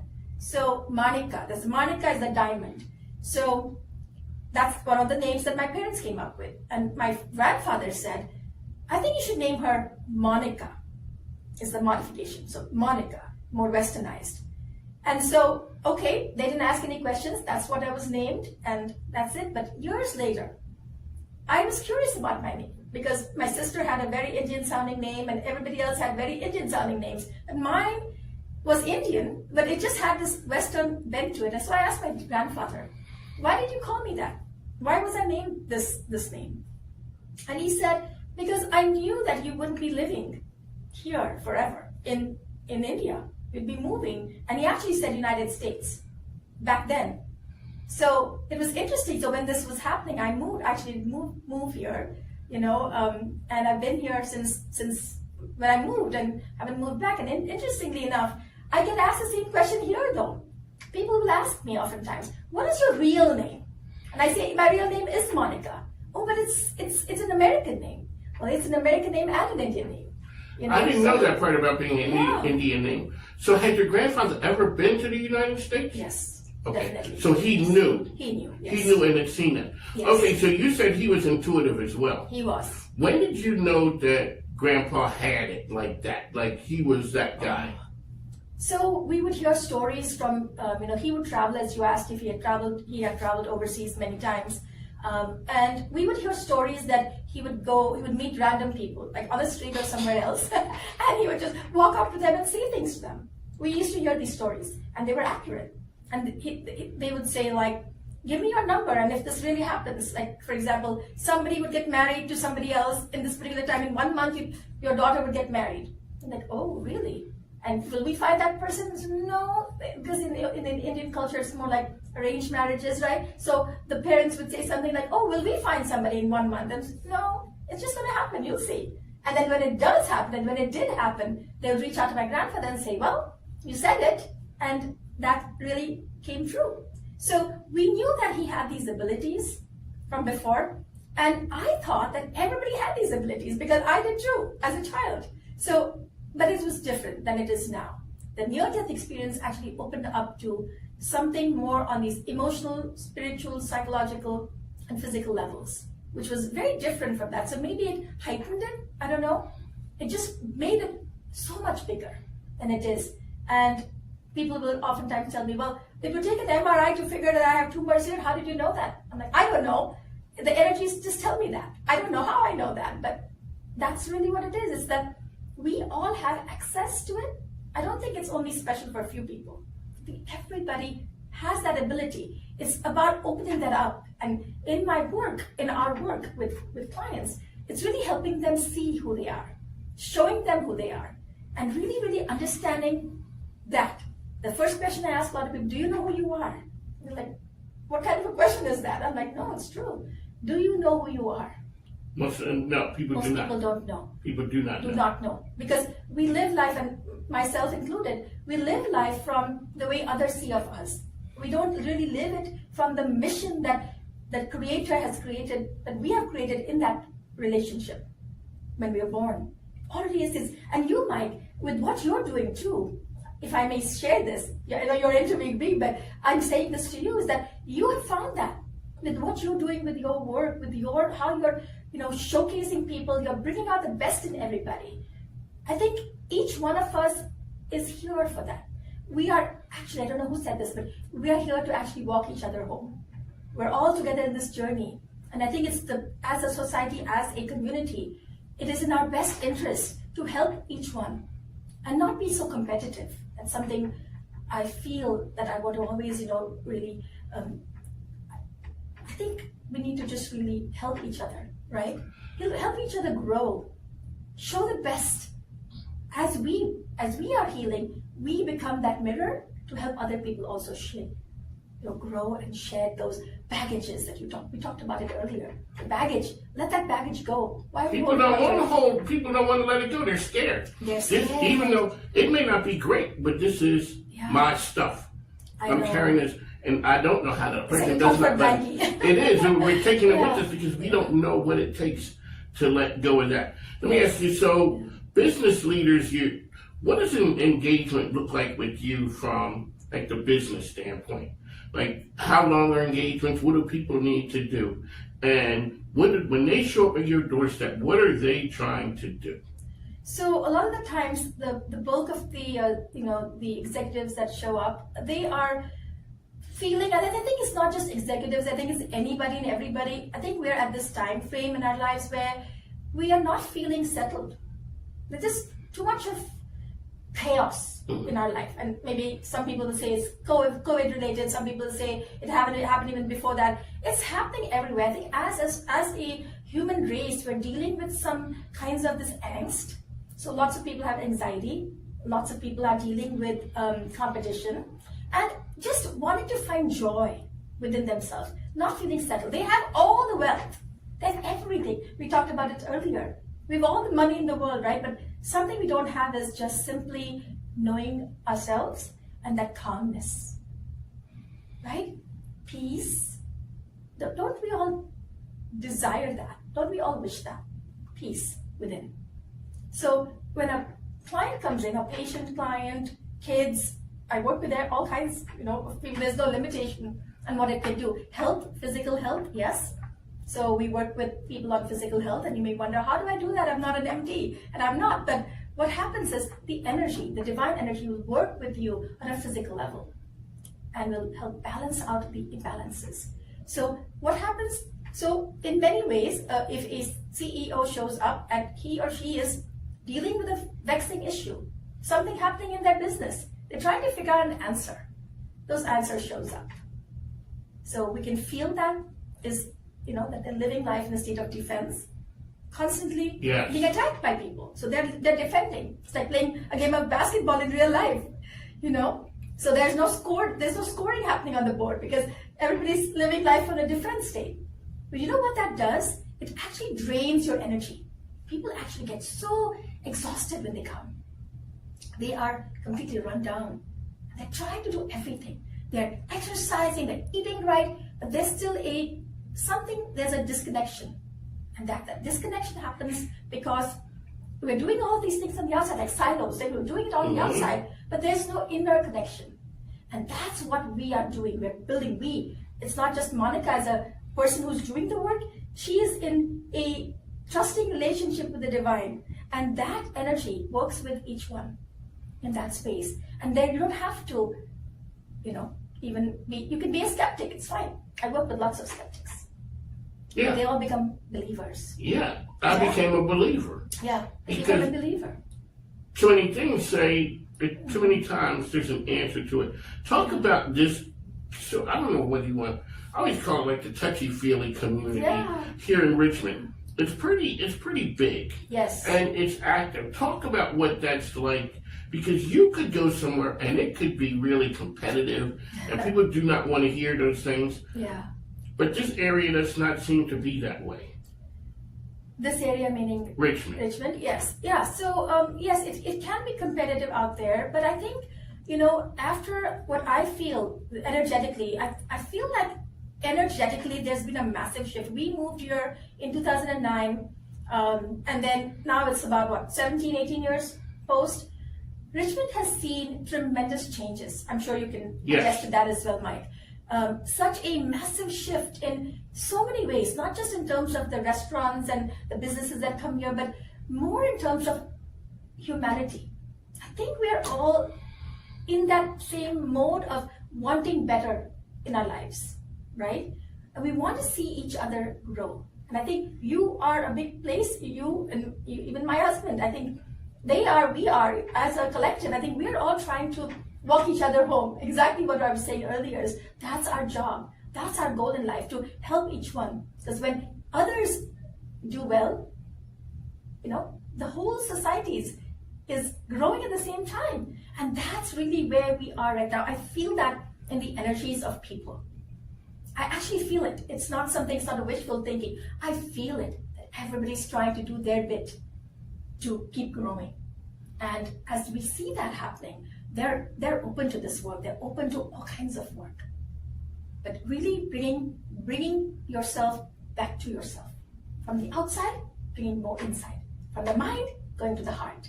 So how do you, as a parent raising kids, how do you raise those kind of kids? Because it's competitive. I mean, there's a lot of things are bombarding our kids every day. So by the time they show up to your husband in VCU, they've lived through back in the, that's like the dark ages now. Yeah. So people show up. How do we raise those kids now to be able to have that type of peace in them when the world is chaotic? Absolutely. Very great question. Very good question. Great question. So it's all about the relationship between me and me, you and you, each one within. As soon as we each as a collective consciousness start becoming more true to ourselves, that's when we see the big shifts happening. And the competitiveness comes why? Because they're the actual reason why we feel the need to engage in a competitive environment. This is why. Because we feel that there's a limited resources. We feel that there's a limited resources, but what I tell my clients is that the world is abundant. We live in a limitless society. Limitless, not limited, limitless society. And it's there. So, if there's only 2 CEO jobs, no, there are actually many. And the minute we open that possibility that so many are out there, that we're not just limited by thinking that in mind,